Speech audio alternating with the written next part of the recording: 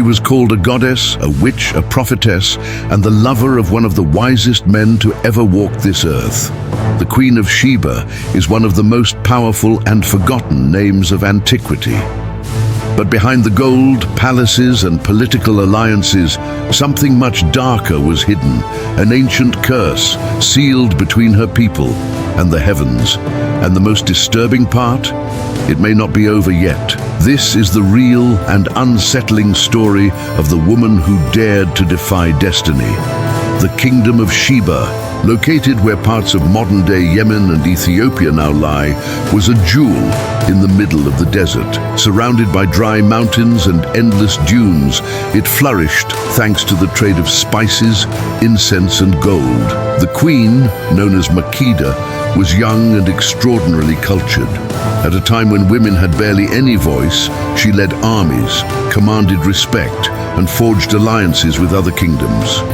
But behind her rise, there was a secret: the mysterious death of her father, the former king. Some said she'd made a pact with an ancestral spirit to claim the throne.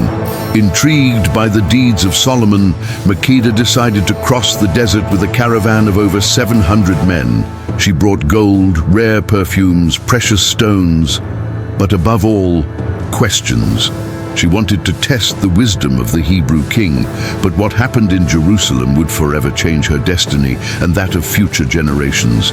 She didn't just fall under Solomon's spell, she shared mystical secrets, ancient rituals, and forgotten prophecies.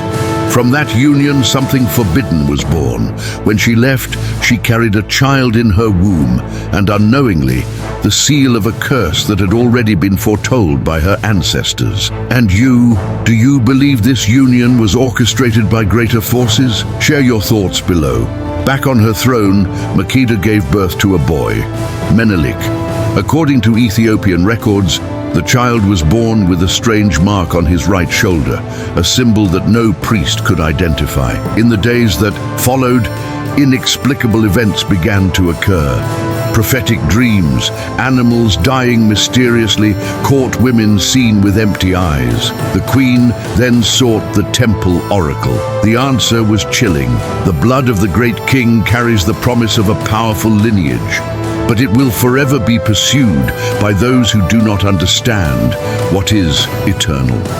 Thank you for staying with us this far. Your presence is essential to this channel, and believe me, what comes next is even more surprising.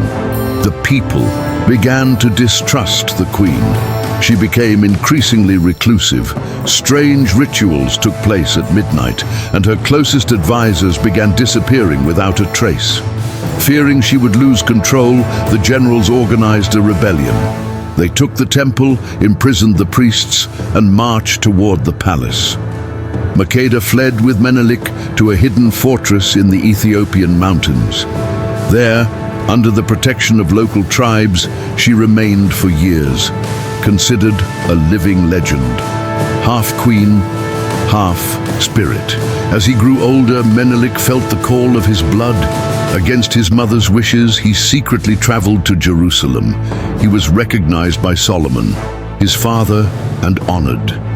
But upon his return, he brought something he never should have taken: the Ark of the Covenant, a sacred and dangerous artifact.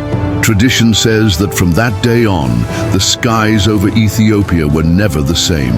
Lightning storms for weeks, intense droughts, diseases that appeared from nowhere. Some scholars claim the Ark amplified the curse. Now aged, Makeda completely isolated herself from the world.